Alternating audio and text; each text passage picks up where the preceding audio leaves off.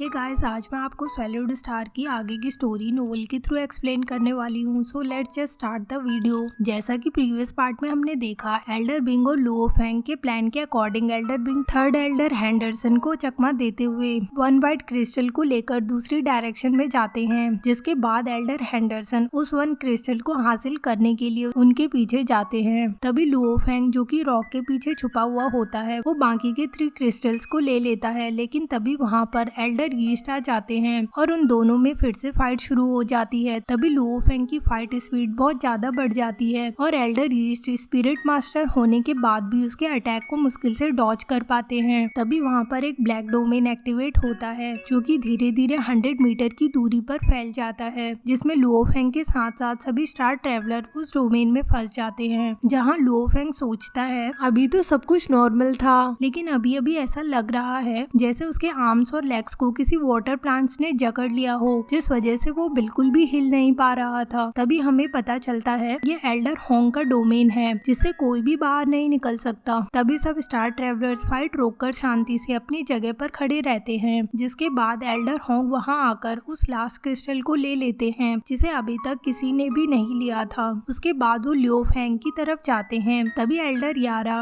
Elder Hong को सारी information देते हुए कहती है, हमारे पास 3 व्हाइट क्रिस्टल्स हैं और जिनको हासिल करने में लुओ फेंग का बहुत ही इम्पोर्टेंट रोल है, क्योंकि उसने एल्डर ईस्ट और एल्डर मो हेंडरसन से फाइट करके उन्हें सेफ रखा है। जिस पर होंग लुओ फेंग की तारीफ करते हुए उसे वेल डन कहते हैं। और इस बार की यह बैटल 30 सेकेंड्स में ही फिनिश हो गई थी और एक्सट्रीम मार्शल हॉल को यहाँ पर सबसे ज्यादा फायदा हुआ है, क्योंकि उन्हें 4 व्हाइट क्रिस्टल्स हासिल हुए हैं, जहाँ अमेरिका और यूरोपियन यूनियन को 1 व्हाइट क्रिस्टल्स और HR अलायंस को 2 व्हाइट क्रिस्टल्स, वहीं इंडिया को एक भी व्हाइट क्रिस्टल रिसीव नहीं हुआ है। एल्डर होंग को लुओ फेंग को लीड करते देख बाकी के स्टार ट्रेवलर्स कहते हैं 4 व्हाइट क्रिस्टल्स हासिल करके एक्सट्रीम मार्शल हॉल ने इस बार बहुत ज्यादा ट्रेजर अर्न कर लिया है। फिर वो कहते हैं सबसे इम्पोर्टेंट बात तो यह है कि लुओ फेंग के अटैक बहुत ही खतरनाक और पावरफुल हैं, और तो और 3rd और 4th एल्डर भी उसका सामना नहीं कर सकते, और अब वो लुओ फेंग को चैलेंज करने से पहले जरूर सोचेंगे।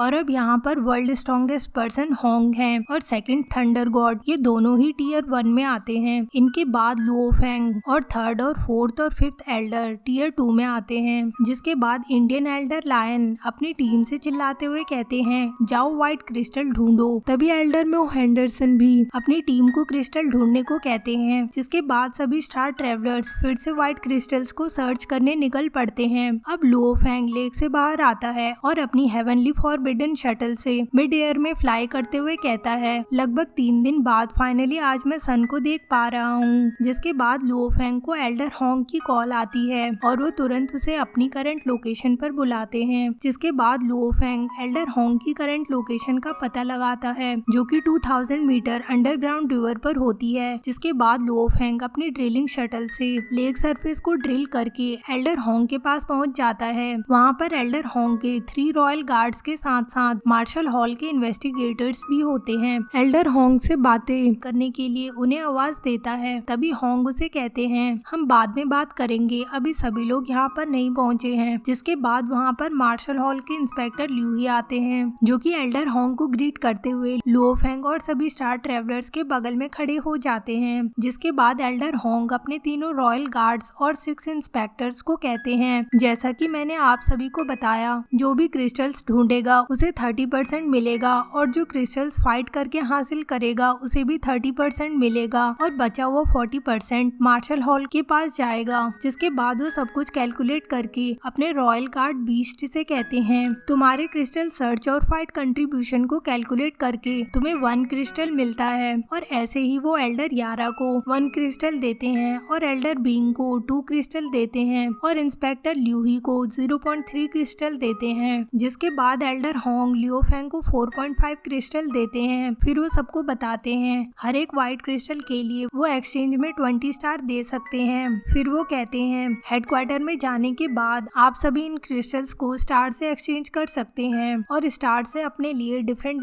वेपन्स और आर्मर्स बाय कर सकते हैं। यह सुनकर 3 रॉयल गार्ड्स और 6 इंस्पेक्टर्स लुओ फेंग को चिढ़ाते हुए कहते हैं तुमने इस बार बहुत ज्यादा ट्रेजर कलेक्ट कर लिया है, जबकि रियलिटी में तो लुओ फेंग ने 5 क्रिस्टल्स अर्न किए होते हैं और ये बात किसी को भी पता नहीं होती। जिसके बाद एल्डर होंग सभी से कहते हैं व्हाइट क्रिस्टल्स की सर्च खत्म होती है, लेकिन अगर आप लोग अपना लक आजमाना चाहते हैं तो आजमा सकते हैं। अब ल्यूई जो कि अभी व्हाइट क्रिस्टल सर्च में शामिल हुए थे, वो क्रिस्टल फाइंड करने की सोचते हैं और एल्डर होंग के रॉयल गार्ड एल्डर बीस्ट वापस हेडक्वार्टर जाने के लिए सोचते हैं। वहीं लुओ फेंग अपनी सर्च को कंटिन्यू करने की सोचता है। फिर वह सबको गुड बाय कहकर अपनी स्पिरिचुअल फोर्स से 3000 मीटर लेक सरफेस से ड्रिल करते हुए अंडरग्राउंड केव में जाता है। तभी उसे उसकी गर्लफ्रेंड सुजीन का कॉल आता है, जहां सुजीन उसे बताती है आजकल वो ऑस्ट्रेलिया में है और फिर वो लुओ फेंग से पूछती है कि तुम कहां पर हो। तभी लुओ फेंग उसे सारी इंफॉर्मेशन देते हुए व्हाइट क्रिस्टल्स के बारे में बताता है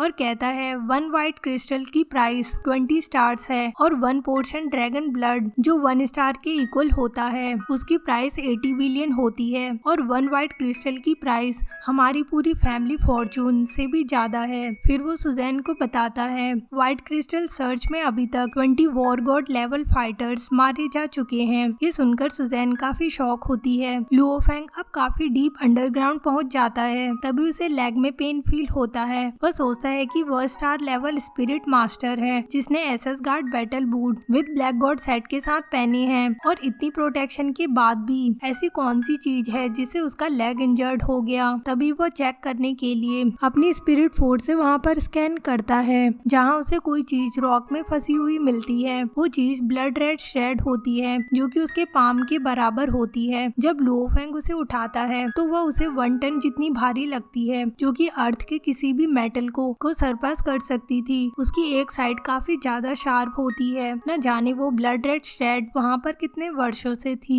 तभी लुओ फेंग राइट फुट देखता है, जहाँ उसकी एसएस ग्रेड बैटल बूट पूरी तरह से उस श्रेड से कट चुका था। यह देखकर लुओ फेंग कहता है मेरी यह SS grade battle boot emperor level monster के कंटिन्यूअस अटैक को तक झेल सकती है, लेकिन यह इस श्रेड से मेरे सिर्फ वॉक करने से ही कैसे ब्रेक हो गई। जिसके बाद Luo Feng blood red shred को अपने हाथ में लेता है और फिर वो अपने एसएस ग्रेड बैटल बूट को दूसरे हाथ में लेता है। जिसके बाद वो श्रेड की पावर को चेक करने के लिए उसे अपनी 10 टन की स्ट्रेंथ से अपने बैटल बूट पर चलाने लगता है। तभी वो श्रेड लुओ फेंग के बैटल बूट को 2 पीसेस में कट कर देती है। यह देखकर लुओ फेंग सोचता है अगर मैं इस श्रेड को अपनी पूरी स्ट्रेंथ के साथ मॉन्स्टर लेवल एम्परर पर यूज करूंगा तो ये उसका डिफेंस आसानी से ब्रेक कर देगी। यह सब जानकर वो बहुत ही खुश होता है और कहता है यह एक हेवनली वेपन है जो सोरिंग शटल से भी काफी ज्यादा स्ट्रॉन्ग है और यह आसानी से एम्परर लेवल मॉन्स्टर को भी डरा सकती है और तो और यह होंग और थंडर गॉड को भी स्कैर्ड कर सकती है। इसीलिए मैं इस वेपन को एक्सट्रीम सिचुएशन में ही यूज करूंगा। तभी लुओ फेंग उस श्रेड को प्यार से टच करता है और ऐसा करते ही उसे एंशिएंट एनर्जी फील होती है और ऐसा लगता है जैसे वो एनर्जी वहाँ पर कई वर्षों से थी।